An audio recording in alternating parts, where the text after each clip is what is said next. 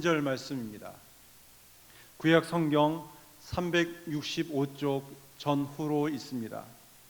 사사기 3장 31절 한 절 말씀.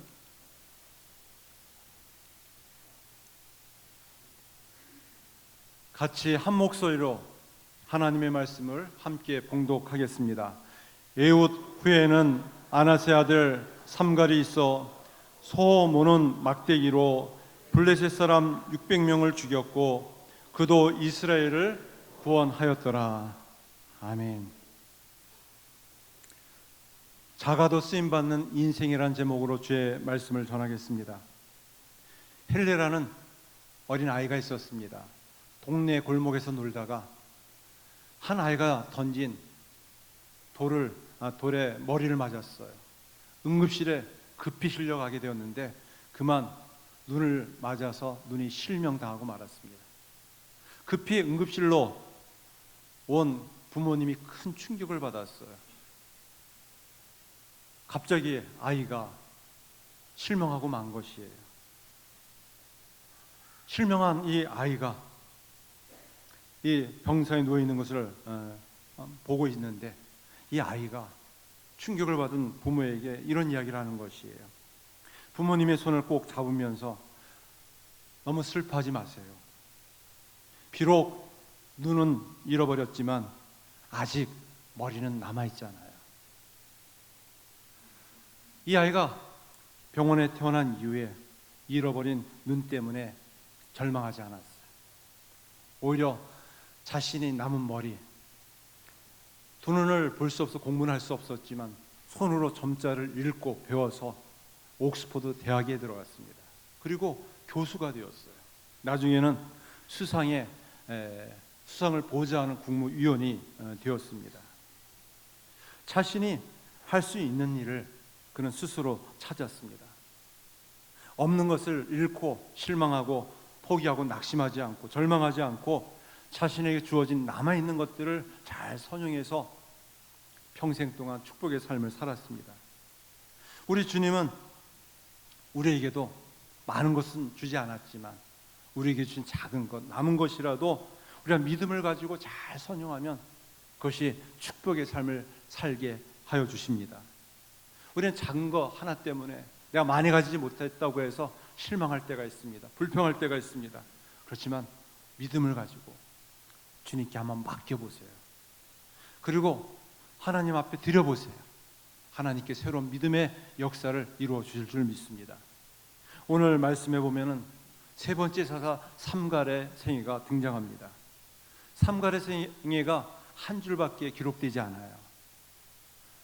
이 삼갈은 대단하지 않은 사사이기 때문에 한 줄만 기록했을까요? 그러지는 않았을 겁니다. 한 줄의 짧은 기록이지만 이렇게 삼갈을 기록한 이유가 있습니다.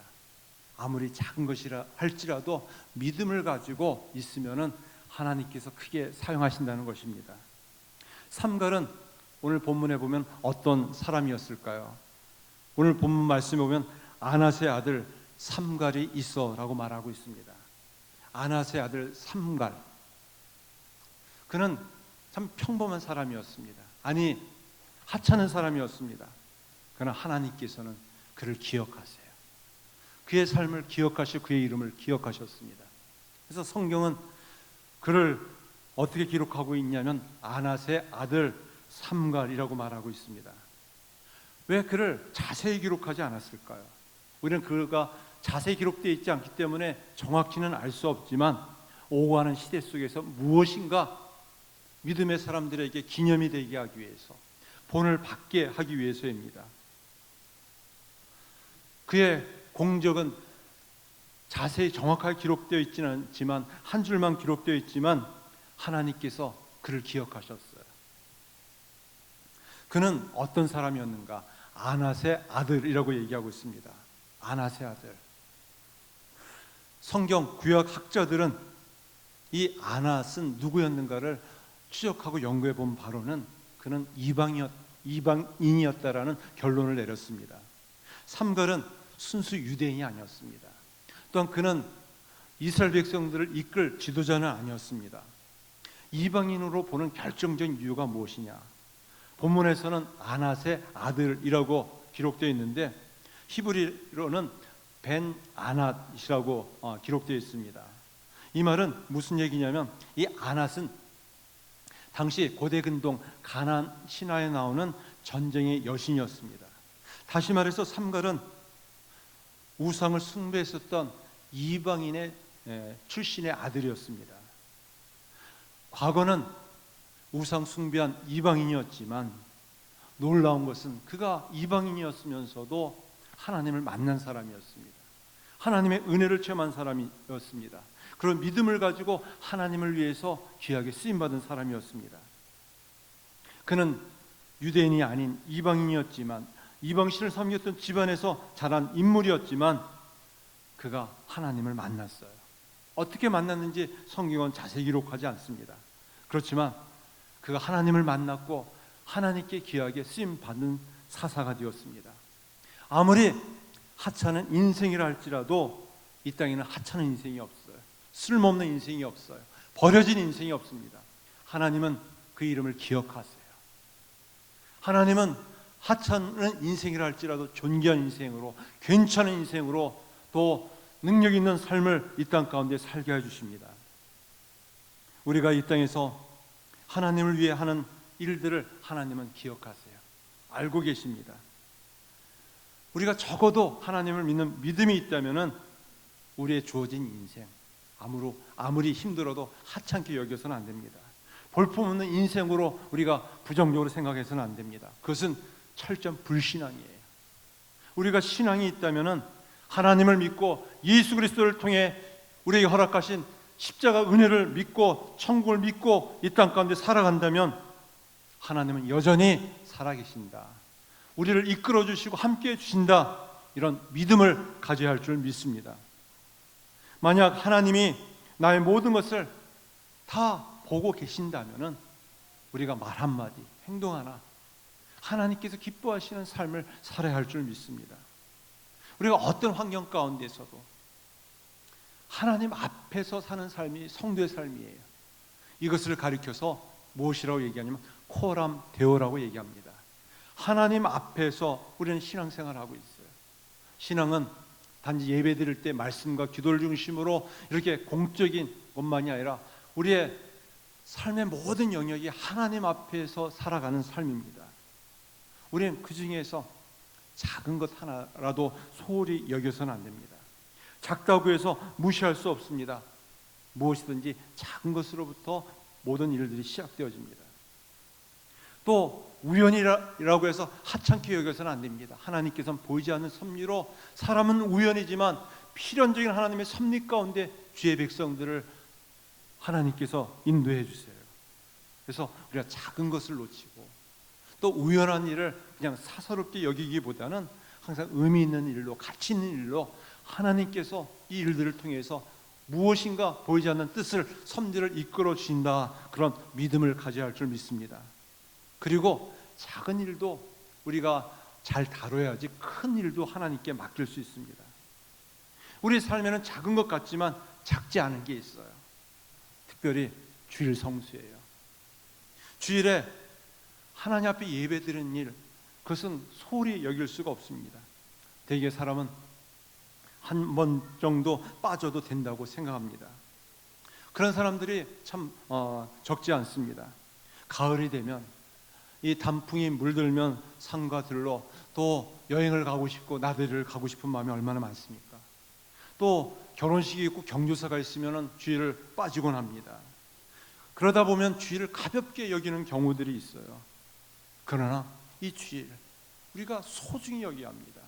일주일에 단지 한 날이 아니라 이 날은 주의 날입니다.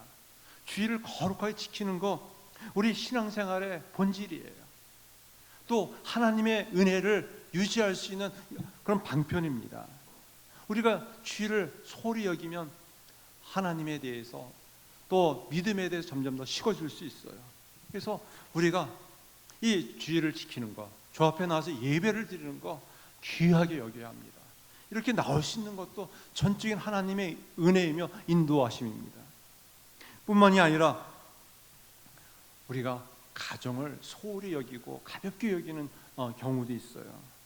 그렇지 않습니다. 가정은 귀한 것이에요. 소중한 것이에요. 대수롭게 여기어서는 안 됩니다. 가장으로서, 아내로서, 자녀로서 우리 가정을 잘 지키고 세워나가야 합니다. 우리는 이 가정을 작게 여기고 또 소홀히 다룰 때가 있습니다. 그래서 가정으로부터 벗어나고자 하는 사람들 적지 않습니다. 우리 모든 인생의 행복의 요람이, 그 중심이 가정에 있어요. 하나님께 우리를 아버지로 세우시고 남편으로 세우시고 아내로 세우시고 어머니로 세우시고 또 자녀로 세우셨습니다. 그래서 우리가 가정을 통해서 우리가 행복을 이루어가고 또 확장하고 있어요. 거기에서 우리의 역할이 있어요. 책임이 있습니다. 아버지는 아버지로서, 남편은 남편으로서 그런 책임과 도리를 다 할 때 우리의 가정이 행복해질 수가 있습니다. 뿐만 아니라 우리는 가지지 못한 것이 많이 있어요. 그것 때문에 실망할 수 있습니다. 또 불평할 수 있어요. 그러나 가지지 못한 것보다 내게 주어진 이 가진 것에 대해서 우리가 감사할 수 있는 성도가 되어야 할 줄 믿습니다. 이 남은 것, 지금 주어진 것을 집중해야만 해요. 좋은 생활 습관 중에 하나가 있습니다. 여러분들 자주 그런 이야기를 들었겠죠. 컵에 물이 반이 들어 있습니다. 한 사람은 컵에 물이 반밖에 들어있지 않다라고 투덜거리는 사람이 있어요. 또 다른 사람은 컵에 물이 반이나 남아있네 라고 하는 사람이 있습니다. 전자는 잃은 것을 생각하는 사람이고 또 후자는 또 남은 것을 생각하는 사람입니다. 시각 차이예요. 여러분은 전자입니까? 후자입니까? 이 잃어버린 것, 또 없는 것을 생각하는 사람은 늘 불평 속에 있어요. 후회 속에 있어요. 미련 속에 있습니다. 그러나 남은 것을 생각하는 사람, 그것은 소망이 있는 사람입니다. 남은 것을 바라보는 사람이 그 주어진 현실들을 딛고 일어설 수가 있어요. 우리는 기도할 때 이런 기도를 해야 합니다. 내가 바꿀 수 없는 것은 있는 그대로 현실을 받아들일 수 있는 평안함을 달라고, 인정하게 해달라고 기도해야만 해요.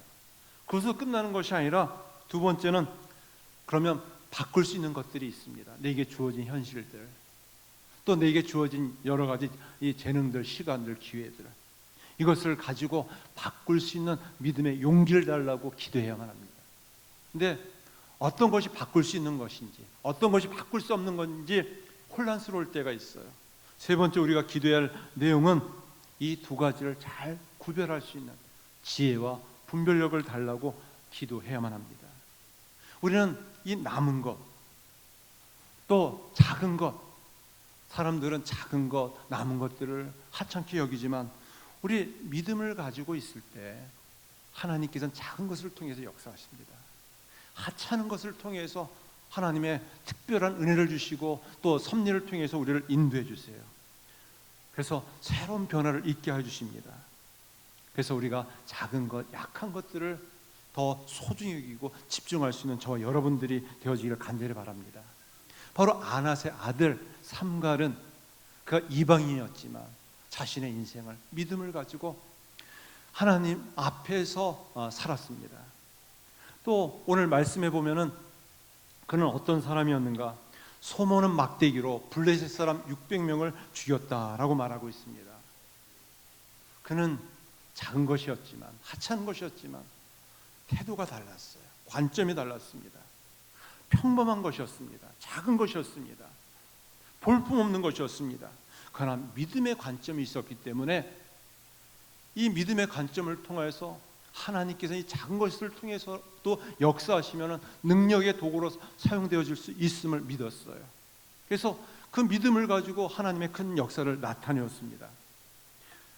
삼갈이 블레셋 사람 600명을 죽였을 때 그 가지고 있었던 도구가 소모는 막대기였어요. 소모는 막대기. 왜 이렇게 구체적인 도구를 언급하고 있는 이유가 무엇일까요? 그것은 당시에 대단한 무기가 아니었어요. 당시에 블레셋 사람은 히타이트 민족이어서 최고의 철기 문화로, 철기 무기로 무장되어 있습니다. 그리고 그들은 대단히 잔인한 사람들이었습니다. 그런데 이 삼갈은 그들을 물리칠 때 무엇으로 물리쳤느냐? 소모는 막대기로 물리쳤다고 얘기합니다. 소모는 막대기. 길이가 한 2.3m 돼요.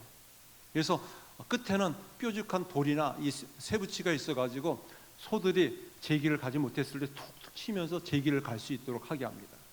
또 이것은 목축할 때 막대기로 쓰이지만, 지팡이로 쓰이지만, 또 농사를 지을 때 쟁기로도 쓰였어요.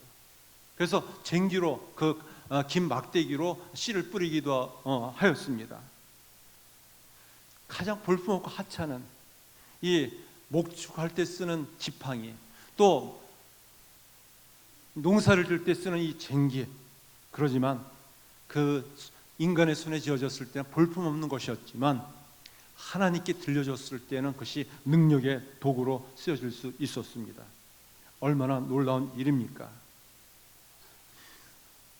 그렇습니다. 내가 가진 도구가 무엇인가 보다 내가 가진 도구를 누가 쥐고 있느냐가 더욱 중요합니다. 내가 잡으면 그저 인간의 도구에 불과하지만 하나님이 잡아주시면 그것은 능력의, 기적의 도구가 될 수 있어요. 바로 삼가의 이야기는 우리에게 그런 큰 충격을 안겨다 주고 있습니다. 소모는 막대기, 그것은 쟁기에 불과하고 막대기에 불과하지만 하나님의 손에 쥐어졌을 때 그것은 능력의 도구로 블레셋 사람 600명을 싸워 이겼다라고 말하고 있어요.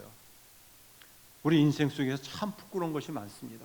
난 재주가 없기 때문에, 물질이 없기 때문에, 배운 것이 없기 때문에, 현실이 너무 어렵기 때문에 이런 식으로 자신의 인생을 한탄할 때가 얼마나 많이 있습니까? 그러나 우리가 조금 생각, 관점을 한번 바꿔보세요. 그 관점이 바뀌면 나의 삶이 변화되어질 수 있습니다.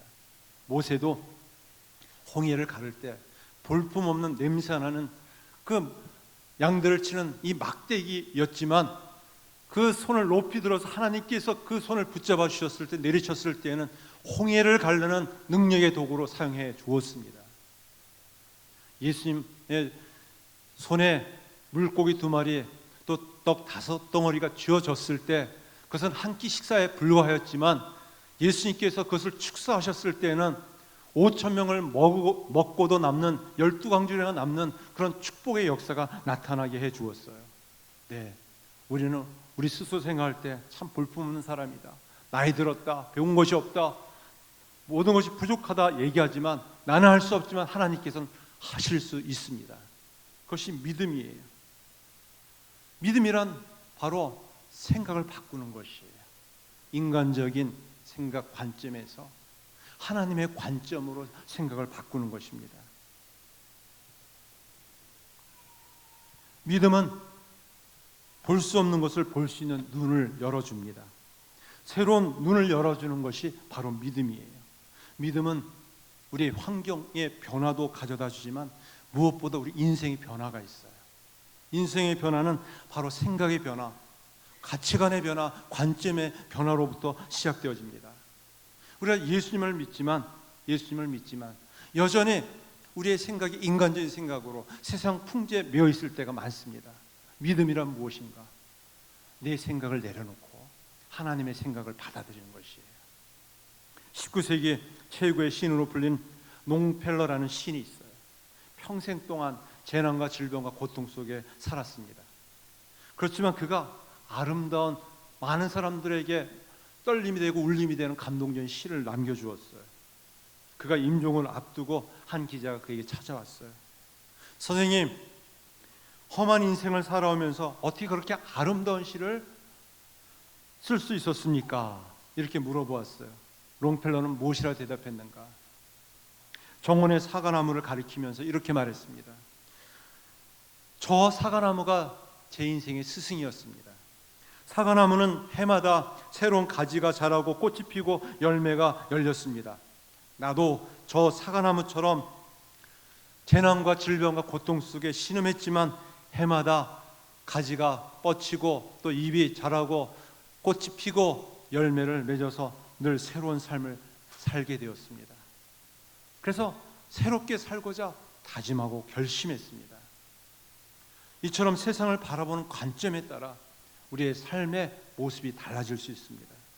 앞서 말씀드린 대로 신앙은 내 생각을 버리고 하나님의 생각을 받아들이는 것입니다. 내 인간적인 방법을 내려놓고 하나님의 방법을 결정하고 선택하는 것입니다. 내가 가졌던 경험을 또 내려놓고 하나님의 손길을 기다리는 것입니다.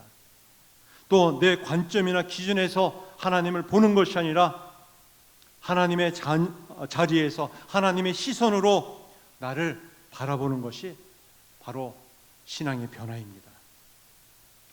우리가 쓰레기통 인생이 될 것인지 아니면 보석함이 될 것인지는 자신의 관점에 차이가 있어요. 아무리 좋은 보석을 담을 수 있는 보석함이라 할지라도요, 그것이 날마다 닦여지지 않고 다듬어지지 않으면 온갖 잡동사니로 가득 찰 수 있습니다. 쓰레기통도 계속 쓰레기가 쌓이면 비워야 돼요. 비우지 않으면 냄새가 나고 썩습니다. 우리가 그러기 위해서는, 우리 그리스도인에게 있어서 관점의 변화가 계속 이어지기 위해서는 어떻게 해야 되는가? 튜닝이라는 작업을 해야 합니다. 튜닝이 무엇일까요? 이제 피아노를 치면은 피아노 이 음을 맞춰야 됩니다. 절대음, 이 튜닝을 해야 합니다. 아무리 고가의 피아노를 할지라도, 또 아무리 훌륭한 연주자를 할지라도 그 튜닝이 잘 맞춰지지 않으면은 제대로 연주를 할 수가 없어요. 오히려 그것은 소음이 되고 많은 사람들에게 오히려 괴롭게 하는 것이 될 수 있습니다. 우리 성도들도 마찬가지입니다. 영적인 튜닝이 있어요. 예수님 믿는 성도들이 세상을 살아가면서 영적인 줄이 느슨해지기 시작합니다. 그리고 부딪히기도 하고 깨어지면서 이게 변질되고 또 변해버릴 수 있습니다. 그래서 절대 변하지 않는 이 절대음, 표준음의 이 줄을 팽팽하게 맞춰야만 합니다. 우리 삶에 있어서 신앙생활에서 절대 표준음이 무엇일까요? 하나님의 말씀이에요. 그래서 하나님의 말씀에 내 생각을 맞추고 내 시선을 맞추고 또 내 가치를 맞추면서 나를 버리는 것이에요. 바로 이 하나님 앞에 주일날 예배드리는 것도 바로 하나님께 내 시선과 내 마음을 집중하는 것입니다. 내 인생을 향한 하나님의 생각이 무엇인지, 하나님의 뜻이 무엇인지, 하나님의 계획이 무엇인지를 생각하고 그 일에 집중하는 일이에요. 내 자신을 버리고 내 뜻을 내려놓고 의지를 내려놓고 하나님의 뜻을 구하고 하나님의 의지를 찾고 구하고 두드리면은 하나님께서 역사하세요. 삼가리, 소모는 막대기, 그것은 별 볼 일 없는 거지만 하나님의 손에 쥐어졌을 때 블레셋 사람 600명을 싸워 이긴 것처럼 우리의 작은 것조차도 하나님은 믿음으로 사용하여 주셔서 크고 놀라운 일들을 이루어 주실 줄 믿습니다. 그러기에 우리는 어떻게 해야 할까요? 이 삼가리에 보여준 태도는 무엇이었느냐? 그도 이스라엘을 구원하였더라. 그도 이스라엘을 구원하였더라. 평범한 역사 속에서 하나님의 크고 놀라운 일들을 이루기 위해서는 어떻게 해야 되는가? 생각으로만 끝나서는 안 됩니다. 생각의 변화가 있으면 행동의 변화, 결단과 결심을 내려야만 합니다. 본문에 보면 삼가리 해놓은 일이 고작 블레셋 사람 600명 밖에 죽이지 않았어, 이렇게 얘기할 수 있습니다. 이전 사사인 온니엘 또 에훗, 그들과 비교할 때 참 볼품없을지라도 하나님은 그의 이름을 기억하세요. 한 줄이지만 하나님의 생명체에 오가는 모든 시대 가운데 하나의 모델이 되게 하시고 본이 되게 하여 주셨습니다. 참 이 평범한 것이 얼마나 중요한지 몰라요. 저와 여러분들이 비범한 사람이 별로 없습니다. 아주 지극히 평범한 사람입니다. 이 평범함을 통해서 하나님께서 하나님의 뜻을 이루십니다. 여러분, 다윗을 보세요. 그는 지극히 평범한 사람이었습니다. 자신의 평범한 삶에 대해서 작은 것조차도 그런 소홀히 여기지 않았어요. 양들을 지키기 위해서, 양들의 생명을 지키기 위해서 사나운 이 맹수, 곰이 쳐들어오기도 하고 또 사자가 이 양들을 잡아먹을 수 있었기 때문에 그 양들을 지키기 위해서 물맷돌을 가지고 연습을 했어요. 그래서 곰의 발톱으로 사자의 이빨로부터 양들을 지킬 수가 있었어요. 하나님께 그 평범한 인생을 통해서 한 사건, 골리앗 앞에 그가 서게 해주었어요. 믿음으로 골리앗을 물맷돌로 때려 주게 했습니다. 그것은 우연이 아니에요. 평범한 삶 가운데 준비된 인생이었어요. 우린 그것이 단숨에 믿음으로 이루어진 역사다라고 얘기하지만 믿음은 과정이 있습니다. 하나님 앞에서 평범한 인생이라 할지라도 작은 것이라 할지라도 그것을 소중히 여기며 믿음으로 준비하면 어느 때 하나님께서 비범하게 사용하게 하여 주실 줄 믿습니다. 그러기에 우리는 늘 결심하고 결단해야만 합니다. 믿음은 다른 것이 아니에요. 생각의 변화, 또 삶의 가장 변화가 일어나기 위해서 가치관의 변화 일어나야 되겠지만 그것은 결단하고 선택하고 결심해야만 합니다. 우리가 하나님의 말씀을 들어도 그 말씀이 단지 들리는 것으로만 끝나는 것이 아니라 우리 삶의 변화가 있기 위해서는 결단해야만 합니다. 의지적인 선택을 해야만 합니다. 생각은 남에게서 빌릴 수 있습니다. 그러나 결단은 자기가 내려야 돼요.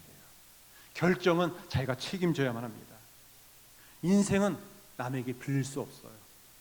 인생이란 단지 생각으로 되지 않습니다. 말로 되지 않습니다. 그것은 결단과 결단 이후에 책임을 통해서 이루어지게 됩니다. 자신의 인생을 새로운 변화를 위해서 아무리 평범한 인생이라 할지라도 내게 주어진 것이 아무리 작은 것이라 할지라도 남겨진 것이 무엇인지를 잘 생각해서 관점을 바꿔서 믿음의 결단과 결심을 해보시기 바랍니다. 그럼 크고 놀라운 하나님의 이끄심과 인도하심이 있는 줄 믿습니다. 캐나다의 한 가난한 집에서 태어난 사람이 있어요. 그의 이름은 깁슨이라는 사람입니다. 그는 처음에 너무 가난해서 직업이 없어서 물방앗간 심부름꾼으로 일했어요. 고생을 겪으면서도 그는 주어진 일에 최선을 다했습니다. 그래서 시간이 지나서 캐나다에서 가장 큰 거부가 되었어요. 그래서 가장 큰 땅을 소유하게 되었고 또 철도를 운영할 수 있는 회사를 운영하게 되었습니다. 한 기자가 그를 찾아와서 물었어요. 당신의 성공의 비결이 무엇입니까? 그는 세 가지로 대답했어요. 첫 번째는 절대로 술을 마시지 말 것. 둘째는 수고하는 것을 싫어하지 말고 부지런히 일할 것. 셋째는 하나님을 믿고 매사에 염려하지 말고 감사할 것. 이 세 가지가 오늘 제가 있도록 하게 한 비결입니다 라고 얘기했습니다. 그건 너무 평범하지 않습니까? 그건 당연한 거 아닙니까? 다시 기자가 물었습니다. 이 평범한 진리 속에 진정한 성공의 비결이 있습니다. 많은 사람들은 술을 멀리 해야 된다고 얘기하지만 술을 끊지 못합니다. 사람은 근면하고 부지런해야 된다고 하지만 열심히 땀을 흘리지 않습니다. 하나님께 모든 것을 맡기고 또 염려하지 말아야 된다고 하지만 사람들은 하나님께 맡기지 못하고 염려하고 불평합니다. 감사하지 못합니다. 그러나 저는 매 순간순간마다 그런 죄의 유혹 속에서 또 게으름과 나태함 속에서 또 하나님께 맡기지 못한 불안함 속에서 이 세 가지를 결단하고 결심하며 실천했습니다. 그 실천의 결과가 결단의 결과가 오늘 지금 저희가 성공하기까지 이르게 된 비결입니다 라고 대답했습니다. 우리는 후회하는 인생이 어떤 것입니까? 있는 것조차도 부정하고 불만하는 것입니다. 좀 생각을 바꿔보세요. 나의 생각이 아니라 하나님의 생각으로. 내 경험, 그것은 그렇게 중요하지 않습니다. 그 경험, 늘 후회스러운 그 경험들을 내려놓고 하나님 앞에 한번 물어보세요. 내가 해야 할 것과 포기할 것이 무엇입니까? 그리고 포기해야 될 건 과감히 포기하면서 아주 마음을 편안하게 가지십시오. 그리고 바꿀 수 있다면 믿음의 용기를 가지고 한번 도전해 보세요. 소모는 막대기조차도 하나님께 사용하셔서 볼품없는 것이지만 그 철병거로 무장된 이 블레 사람들을 이기게 해주셨어요. 말씀을 맺습니다. 한순간에 작은 변화가 먼 훗날 큰 변화를 일으키는 시작이 되어줄 수 있습니다. 그것은 다른 것이 아니에요. 생각의 변화 속에서 결심하고 결단하는 일입니다. 내가 이 자리에서 하나님의 말씀을 들으면서 내게 주신 작은 것은 무엇인가, 내게 허락하신 이 현실은 무엇인가를 잘 한번 살펴보시길 바랍니다. 그리고 그것을 불평하거나 또 불만하기보다는 관점의 변화, 생각의 변화를 가지고 이 기회들을 잘 선용하겠습니다. 그러면서 결단하고 결심해 보세요. 하나님의 손에 한번 그 믿음을 가지고 한번 맡겨 보세요. 그리고 수고하고 애쓰면 수고의 아름다운 땀의 열매를 맺게 하여 주실 줄 믿습니다. 지금 이 자리는 하나님 앞에서 결단하고 결심하는 자리예요. 아멘하며 순종하는 자리입니다. 새로운 영적 변화가 우리 가운데 일어나기를 간절히 축원합니다. 기도하겠습니다. 하나님 아버지, 삼갈에게 주셨던 은혜를 저에게도 허락하여 주시옵소서. 작은 것조차도, 우리에게 남겨둔 것조차도 소중하게 여기게 하여 주시고, 우리의 생각을 바꾸고 또 관점을 바꾸어서 결단하고 결심해서 믿음으로 하나님 앞에 드렸을 때 크고 놀라운 주의 은혜를 허락하여 주시옵소서. 이 자리가 생각의 변화가 일어난 자리가 되게 하시고, 또 결단하고 결심하여서 새로운 영적 변화가 시작되는 첫 시간들이 되어질 수 있도록 은혜를 내려 주시옵소서. 감사드리며 예수님의 이름으로 기도드리옵나이다. 아멘. 다 일어서시겠습니다.